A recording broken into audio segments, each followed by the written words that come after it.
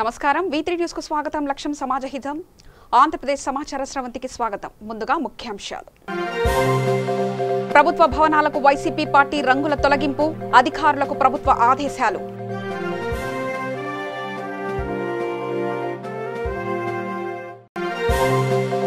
కడప జిల్లా ఎర్రగుండ్లలో oil tanker బోల్తా డ్రైవర్కు తీవ్ర గాయాలు 2000 లీటర్ల ఆయిల్ నేలపాలు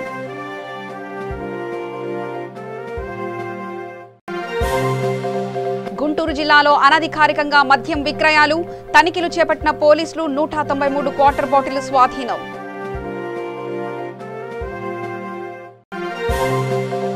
కర్నూలు జిల్లాలో ఏరులై పారుతున్న డ్రైనేజ్ నీరు పట్టించుకోని అధికారులు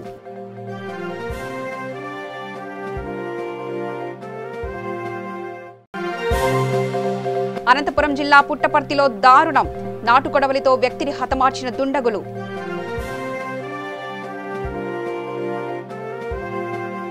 గ్రామ వార్డు సచివాలయాలు ప్రభుత్వ భవనాలకు వేసిన వైసీపీ జెండాను పోలిన రంగులను వెంటనే మార్చాలని రాష్ట్ర ప్రభుత్వం ఆదేశించింది.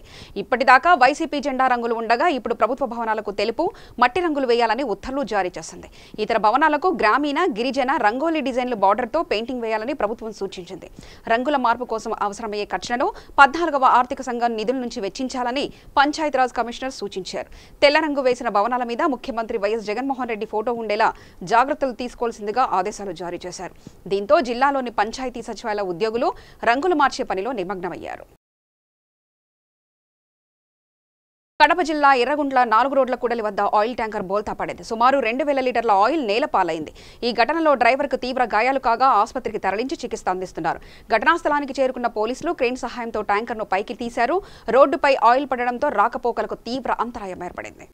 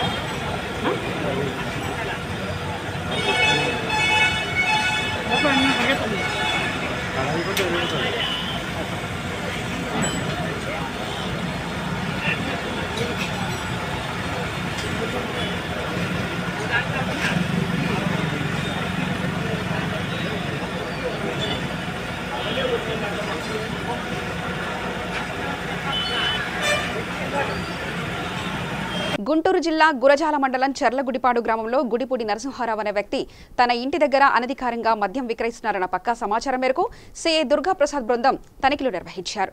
ఈ దాడుల్లో నరసింహారావు ఇంట్లో 193 క్వార్టర్ బాటిళ్లను స్వాధీనం చేసుకుని కేసు నమోదు చేశారు. ఈ సందర్భంగా సిఐ మాట్లాడుతూ గ్రామాలలో గుట్కా మద్యం విక్రయాలు జరిపితే కఠిన చర్యలు తీసుకుంటామని హెచ్చరించారు.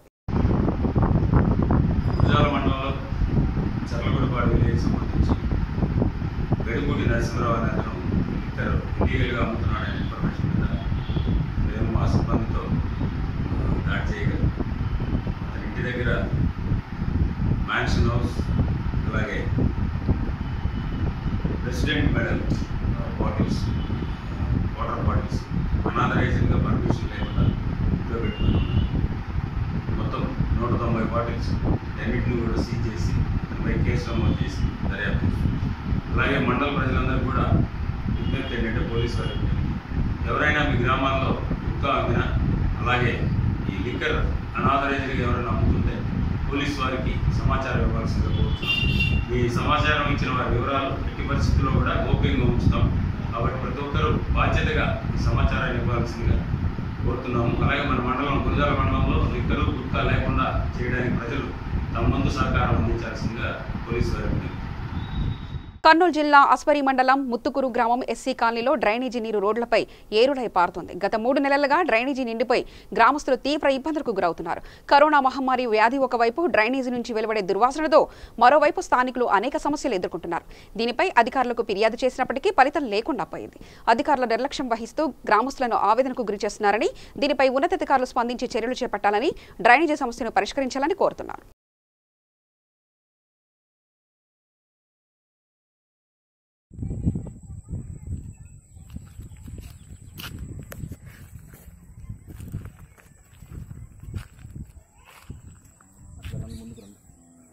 left side.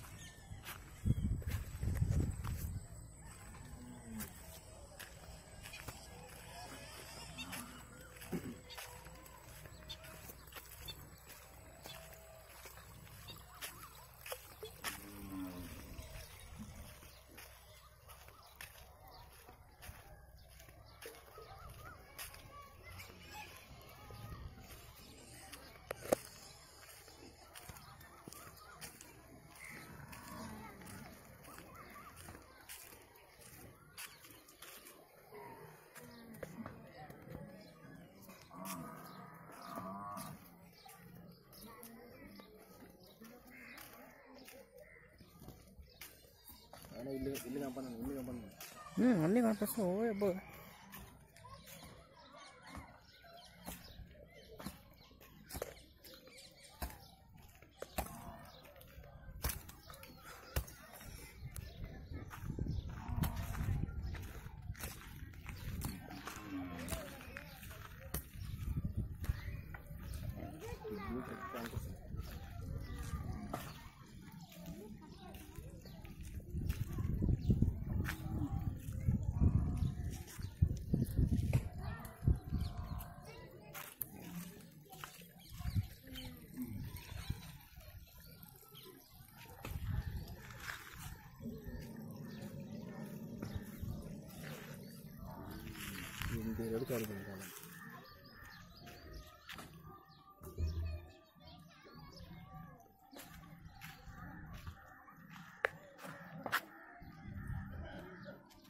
కృష్ణా జిల్లా గన్నవరం హైవేపై పెట్రోల్ ట్యాంకర్ అదుపు తప్పి బోల్తా పడింది. ట్యాంకర్ నుంచి పెట్రోల్ లీక్ కావడంతో స్థానికులు బకెట్లలో నింపుకొని ఎత్తుకుపోయారు.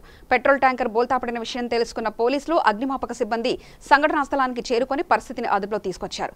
ఈ ఘటనపై పోలీసులు కేసు నమోదు చేసి దర్యాప్తు చేపట్టారు. అనంతపురం జిల్లా పుట్టపర్తి మండలం ఇరగరాజుపల్లి గ్రామంలో దారుణ హత్య చోటు చేసుకుంది. కొందరు గుర్తు తెలియని దుండంగులు వెంకటేష్ అనే వ్యక్తిని అతని ఇంటిలోనే నాటుకొడవలితో దారుణంగా హతమార్చారు. విషయం తెలుసుకున్న పుట్టపర్తి రూరల్ పోలీసులు సంఘటనా స్థలానికి చేరుకొని కేసు నమోదు చేసి దర్యాప్తు ప్రారంభించారు. హత్యకు గల కారణాలు తెలియాల్సి ఉంది. కర్నూలు జిల్లా అవనిగడ్డ గాంధీ క్షేత్రంలో మాజీ ఉప సభాపతి మండలి బుద్ధప్రసాద్ మీడియా సమావేశం ఏర్పాటు చేశారు. వెంటనే స్పందించి నేను ఆయనకు ఉత్తరాలు అనేక రాశాను. ఏమనంటే మీరు స్వయంగా చూడండి, ఏ అయితే వాళ్ళు ఇళ్ల స్థలాలకు పెట్టారో ఆ ప్రాంతాలను మీరు సందర్శించండి. మీకు కానీ సంతృప్తి పడితే మాత్రం నేనేం అభ్యంతరం పెట్టను నేను అని చెప్పడం జరిగింది. సరే వాళ్ళు రాలేదు. ఎందుకంటే వాళ్ళ మీ అందరూ చూస్తున్నారు, అందరూ మాట్లాడుతున్నారు. కానీ జరుగుతున్న పరిస్థితి ఏంటి, అధికారులు ఎందుకు అట్లా వ్యవహరిస్తున్నారు? వాళ్ళ ఇల్లు ఉండమంటే ఉంటారా అని అడుగుతున్నాను నేను. వాళ్ళు ఎక్కడైతే ఇళ్ళగా పెట్టారో అది ఆఫీసులో కట్టమనండి, అవనగట్ల ఉద్యోగస్తులు ఉంటారని చెప్పని ఎందుకు ఈ రకమైన కార్యక్రమం చేస్తున్నారు? చేసేది ఏదో పేదవాడికి మనం సాయం చేయాలన్నప్పుడు సరిగ్గా చేయాలి, లేదంటే అది ఊరుకోవాలి. అంతేకాదు ఒక పెద్ద కార్యక్రమం పెట్టుకుని ఇళ్ల స్థలాలు ఇవ్వాలనుకున్నప్పుడు మనం మంచిది ఇవ్వాలి. అప్పుడు రాజశేఖర్ గారు ఉన్నప్పుడు ఇందిరమ్మ కార్యక్రమం పెట్టారు, అప్పుడు మేము మంచి భూములు కొని ఇచ్చాం. ఇప్పుడున్న రాజశేఖరపురం మండలి నగర్ అయినా మంచి భూములు కన్నాం, కానీ కరకట్ట అవతల ఏ ముంపు ఏ చూసి మేము పెట్టాల. అట్లాగే అన్ని గ్రామాలు చాలా కొన్నారు ఆ రోజున. అలా ఏదైనా మంచి కొని మనం ఇవ్వండి. వాళ్ళు మంచి ఉన్నారు, ఇస్తున్నారు, వాటి మీద మేము ఎవరు అభ్యంతరం పెడతలేదు. వాళ్ళు చలపల్లి మంచి భూమి ఇస్తున్నారు, ఎవరో ఇబ్బందులు పడతలేదు, ఆనంద పడుతున్నాను తప్ప. ఎక్కడే వచ్చిందంటే ఈ ముంపు ప్రాంతాల్లో మీరు ఇస్తున్నారు, అది మంచిది కాదు.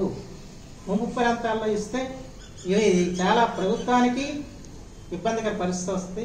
అక్కడ జీవనం చేసే వాళ్ళు ఎప్పుడు కూడా వరదలు వచ్చినా లేకపోతే తుఫాన్లు వచ్చినా వాళ్ళందరూ నష్టపోయే పరిస్థితి వస్తుంది. మళ్ళీ వాళ్ళని కాపాడాల్సిన పరిస్థితి, వాళ్ళ సురక్షిత ప్రాంతాలకు తీసుకెళ్లాల్సిన పరిస్థితి, వాళ్ళకి నష్టపరిహారం చెల్లించాల్సిన పరిస్థితి ఇవన్నీ ప్రభుత్వానికి వస్తాయి. అంచేత ఇవన్నీ ఎందుకు చేయాలి? దానివల్ల మీరు మంచి స్థలాలు మంచి ప్రాంతాల్లో కొని, మెరక ప్రాంతాల్లో కొని ఇచ్చి ఇలాంటి సమస్యలు ఉత్పన్నం కాకుండా చూడాల్సిన బాధ్యత అధికారంతరంగం మీద ఉందా లేదని చెప్పి మాత్రం నేను ప్రశ్నిస్తున్నాను. ఇప్పటికైనా దీని మీద చక్కగా ఆలోచించాలి. మంచి మనసుతో ఆలోచించి మీరు ఇవ్వదలుచుకున్న స్థలాలు మంచి ప్రాంతాల్లో ఇచ్చి ఇక్కడ పేదవాళ్ళకి న్యాయం చేయాలని చెప్పి మాత్రం కోరుతున్నాను. అన్నిటికంటే మించి ఈ దేశంలో చట్టాలు మాత్రం ఖచ్చితంగా అమలు జరగాలి. చట్టాలను అతిక్రమించి వ్యవహరిస్తున్న అధికారుల మీద చర్య తీసుకోవాలి. కర్నూలు జిల్లా నంద్యాలలో ఎంహెచ్పిఎస్ కార్యాలయం జిల్లా ఉపాధ్యక్షుడు యూనిస్ మీడియా సమావేశం ఏర్పాటు చేశారు. ఈ సందర్భంగా ఆయన మాట్లాడుతూ ఎస్పీవై రెడ్డి అగ్రో లిక్కర్ లిమిటెడ్లో విషవాయువు లీకు ఘటనలో మృతి చెందిన కార్మికుడు వెంకటేశ్వర్లు కుటుంబానికి అగ్రో ఫ్యాక్టరీ యాజమాన్యం నష్టపరిహారం ఇచ్చి ఆదుకోవాలని డిమాండ్ చేశారు. గ్యాస్ లీకుతో నంద్యాల పట్టణంలో అనేకులు అనారోగ్యం బారిన పడ్డారని, దీనికి కారణమైన కంపెనీపై ప్రభుత్వం చర్యలు తీసుకోవాలని ఆయన అన్నారు. ఈరోజు మన నంద్యాల పట్టణంలోని ఎస్పీవై రెడ్డి అగ్రో కంపెనీలో విషవాయువు విమోచించడం చాలా దారుణము. అందులో దాదాపుగా 12 సంవత్సరాల నుంచి ఈమె సీఎం శ్రీనివాసులు గారు పనిచేయడము అక్కడ మృతి చెందడము మాకు చాలా దిగ్భ్రాంతిని గురి చేసింది. దయచేసి గమనించాలా, దాదాపు 12 సంవత్సరాల నుంచి మేము ఒకటే కోరుతున్నాము. గతంలో ఆయన ఎస్పీ రెడ్డి ఎంపీగా ఉన్నప్పటి నుంచి చెప్పడం జరిగింది. అతను అధికారం ఉన్నాడు కాబట్టి ఆ పొద్దు ఇంకా ఆ ఫ్యాక్టరీ ఆపడం జరిగింది. దయచేసి కర్నూలు కలెక్టర్ గారు అయితేనేమి, మన డిఎస్పీ గారు అయితేనేమి, అలాగే మన ఎస్పీ గారు అయితేనేమి వెంటబడే దీని మీద చర్య తీసుకొని ఇక్కడి నుంచి ఆ ఫ్యాక్టరీ తొలగించాలని మేము డిమాండ్ చేస్తున్నాము మా ముస్లిం హక్కుల పోరాట తరపు నుంచి. అంతేకాకుండా ఆ కుటుంబంలో ఒక పెద్దను కోల్పోవడము చాలా బాధాకరము. ఎందుకంటే ఆ ఇంట్లో కుటుంబంలో పెద్ద అనేది అందరికీ తెలుసు. పెద్ద దిక్కు లేకపోతే పరిస్థితులు ఎట్లా ఉంటాయో వాళ్ళకు వెంటబడే నష్టపరిహారం కింద ₹1 కోటి వాళ్ళకు నష్టపరిహారం ఇవ్వాల్సిందిగా మేము మా ముస్లిం హక్కుల పోరాట సమితి నుంచి మేము డిమాండ్ చేస్తున్నాము. అంతేకాకుండా దాదాపుగా చానకాలువ, సలీం నగరు, దేవనగరు, శ్యామ్ నగరు, బొమ్మాసత్రము రాత్రి 11 అయితే దుర్వాసన వస్తుంది. ఆ దుర్వాసనకు చర్మ వ్యాధులు, శ్వాసకోశ సమస్య వ్యాధులు కూడా ప్రబలుతున్నాయి. దీని మీద తగు చర్యలు తీసుకోవాలని, అలాగే మన ప్రజాప్రతినిధులు అయితేనేమి మన గౌరవనీయ శిల్పా రవికిషోర్ రెడ్డి గారు కూడా మేము విన్నవించుకుంటున్నాము ఈ మీడియా ముఖం తరపు నుంచి. ఎందుకంటే దాదాపుగా అంటే ఈ సమస్య ఒక్కరోజుది కాదు, ఇది 12 సంవత్సరాల నుంచి. ఇప్పుడు అక్కడ పబ్లిక్ తక్కువ ఉన్నారు కాబట్టి లాక్డౌన్ ఉండడం వల్ల ఇది గ్యాస్ లీక్ అయింది. అదే ఆ ఫ్యాక్టరీలో వేల మంది పనిచేస్తున్నారు. ఒకవేళ ఆ సమయంలో పేలుంటే ప్రాణ నష్టం ఎంత జరిగేదో ఊహించుకుంటేనే మాకు అంతుపట్టకుండా ఉంది. దయచేసి కలెక్టర్ అయితేనేమి, అలాగే ఎస్పీ గారు అయితేనేమి, అలాగే మన మంత్రులు అయితేనేమి దయచేసి వెంటబడి ఆ ఫ్యాక్టరీని తీసేయాలని మన గౌరవనీయ జగన్మోహన్ రెడ్డి గారిని కూడా మేము విన్నవించుకుంటున్నాము.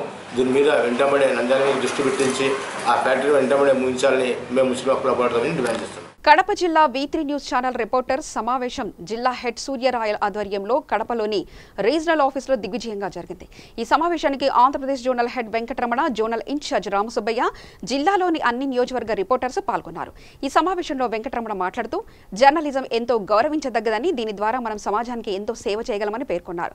V3 news channel MD doctor Kacham Satyanarayana Gupta ఎంతో సేవాతత్వం గలవారని, అందరూ ఆయన అడుగుజాడల్లో నడవాలని సూచించారు. ఆయన కృషి, ఆయన పట్టుదల, ఆయన ముందుకు నడిపించిన విధానము ఇవన్నీ వెరసి అంటే ప్రతి ఒక్కరికి ఒక ఉపాధి ఇవ్వాలి, ప్రతి ఒక్కరిని మనము దగ్గర తీసుకోవాలి అనే ఒక కాన్సెప్ట్తో ముందుకు వచ్చాడు. అంత ఆషామాషి విషయం అయితే కాదు. గత 10 సంవత్సరాల నుంచి ఉన్న ఛానళ్ళు కూడా ఇంతమంది వ్యూవర్స్ ఉన్న పరిస్థితి తెలంగాణలో లేదు.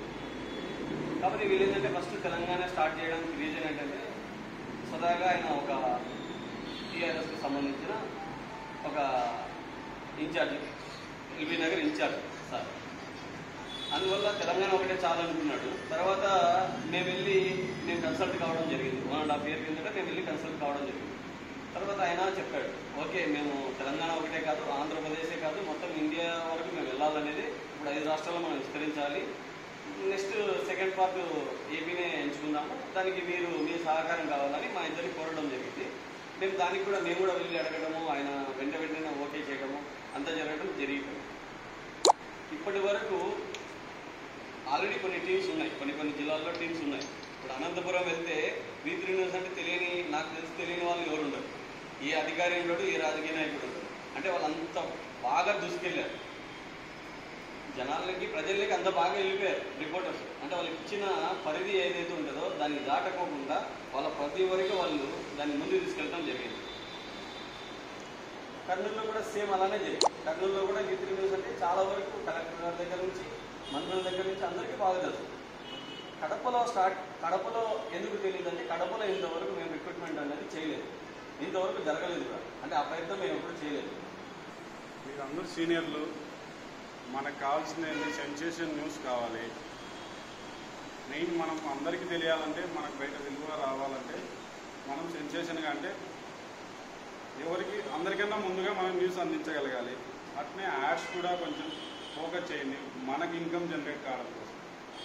మీకు ఛానల్ ఎక్కడెక్కడ వస్తుంది, మీకు అందరికీ మీ అందరి ఏరియాలో వస్తుందా? మీకు ఎక్కడ రావట్లేదు? ఇక ఫ్యూచర్లో కూడా ఇంకా అన్ని చోట్ల రావడానికి ట్రై చేస్తున్నాం. ఇప్పుడు మ్యాక్సిమం పులివెందుల, కడప, మైల్పూర్ వస్తుంది కదా, రాలేదా? సిపిసిలో వస్తుంది. 1 ఇయర్ మ్యాక్సిమం అన్ని చోట్ల రావడం కోసం కూడా కంపెనీ 1 by 1 స్టెప్ వేసుకుంటూ వస్తుంది. తెలంగాణలో దాదాపుగా 90% వరకు మనకి కవరేజ్ ఉంది. ఇక్కడ కూడా 1 by 1 వస్తూ ఉన్నాం, ఇప్పుడు వస్తున్నాం కదా. 1 by 1 అంతటా కూడా టెలికాస్ట్ అవుతుంది. మన వాళ్ళు మీరు మెయిన్గా ఫోకస్ చేయాల్సింది యాడ్స్ కోసం. ఎక్కడికి రాలేదే అంటారు. చిన్న ఎగ్జాంపుల్ ఏం చెప్తారు, ఇక్కడ రాలేదు కదా మేము ఎలా ఏమంటారు అంటారు. లోకల్లో మనం ఉంటాం. నాది ఎగ్జాంపుల్ జమ్మలమడుగు అనుకోండి. జమ్మలమడుగులో నేను అందరికీ తెలుసు, నా గురించి బయట మాత్రమే తెలియాలనే ఉద్దేశంతో మీరు అలా ఫోకస్ చేస్తే కొంచెం యాడ్స్ కూడా వస్తాయి. ఇప్పుడు మన ఊర్లో రాలే కదా అంటారు, ఫస్ట్ మనం యాడ్ ఇవ్వాలంటేనే. మన ఊర్లో మనం అందరికీ తెలుసు.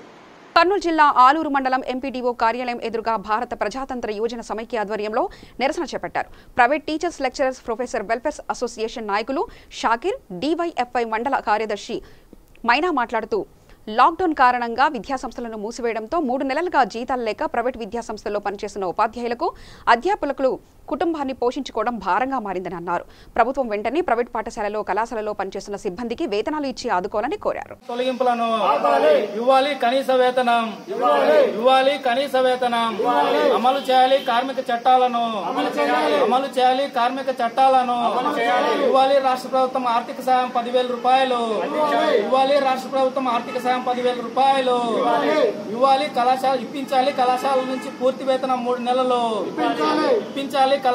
పాఠశాల నుండి పూర్తి వేతనం 10,000 రూపాయలు ఇప్పించాలి.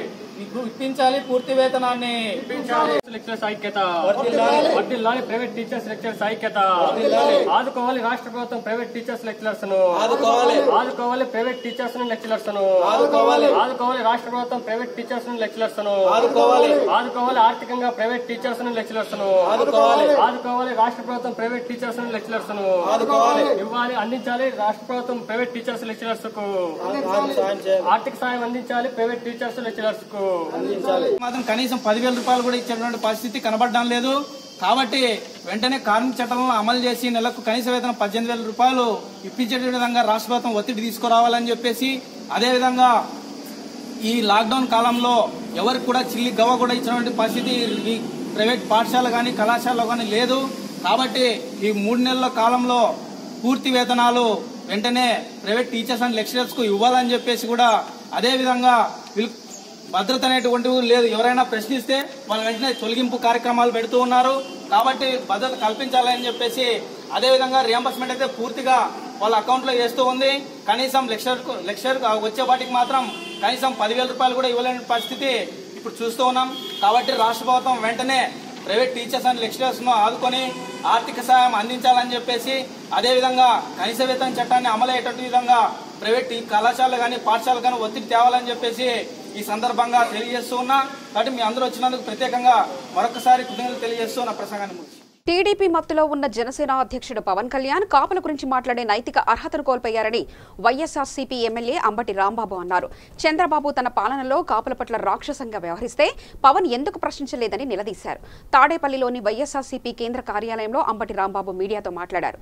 కాపుల్లో వెనకబాటుతనాన్ని తొలగించేందుకు వైఎస్ జగన్మోహన్ రెడ్డి అధికారంలోకి వచ్చిన తర్వాత వారి కోసం 4,770 కోట్లు ఖర్చు చేశారని అన్నారు.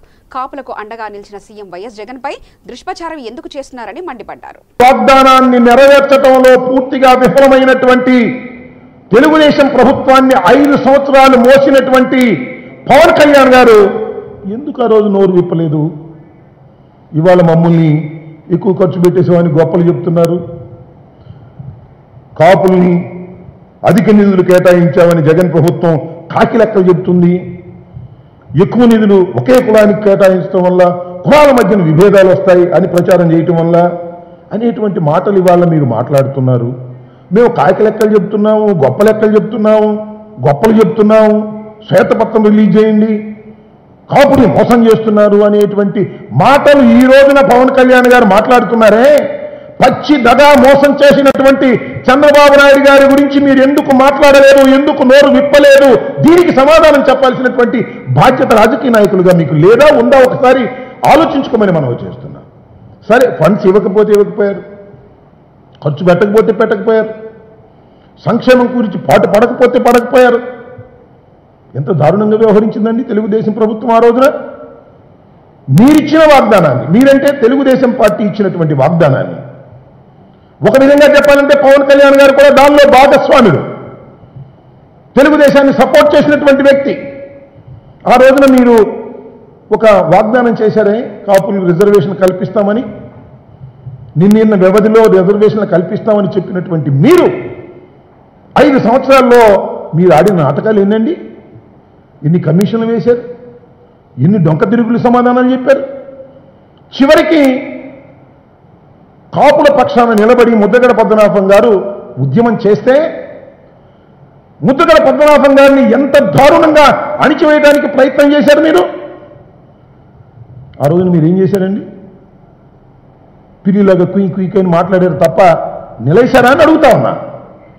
నేను ఈ సందర్భంగా ఒక విషయాన్ని గుర్తు చేయాలి. ముద్దగడ పద్మనాభం గారిని అతి దారుణంగా అరెస్ట్ చేసి వారి కుటుంబాన్ని కొట్టి హాస్పిటల్లో చిత్రహింసలు పెట్టడానికి ప్రయత్నం చేసినప్పుడు ఆయన బ్రతుకుతాడో చనిపోతాడో అని ప్రపంచమంతా, కాపు సమాజం అంతా బాధపడుతున్నటువంటి రోజుల్లో దాసరి నారాయణరావు గారు, చిరంజీవి గారు, బొత్స సత్యనారాయణ గారు, శ్రీ రామచంద్రయ్య గారు, పల్లవ రాజు గారు, మేము అందరం కలిసి, ఇంకా చాలా మంది కాపుల్లో పెద్దలందరం కలిసి హైదరాబాద్ హోటల్లో, ప్రైవేట్ హోటల్లో కలుసుకొని మాట్లాడుకుని. వార్తలు ముగించే ముందు ముఖ్యాంశాలు మరోసారి చూద్దాం. ప్రభుత్వ భవనాలకు వైసీపీ పార్టీ రంగుల తొలగింపు, అధికారులకు ప్రభుత్వ ఆదేశాలు.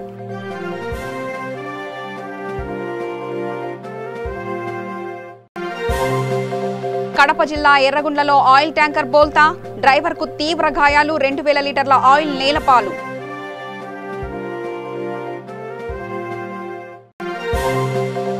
గుంటూరు జిల్లాలో అనధికారికంగా మద్యం విక్రయాలు, తనిఖీలు చేపట్టిన పోలీసులు 193 క్వార్టర్ బాటిల్ స్వాధీనం.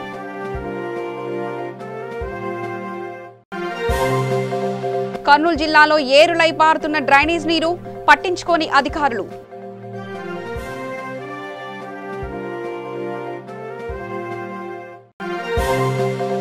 అనంతపురం జిల్లా పుట్టపర్తిలో దారుణం, నాటుకొడవలితో వ్యక్తిని హతమార్చిన దుండగులు.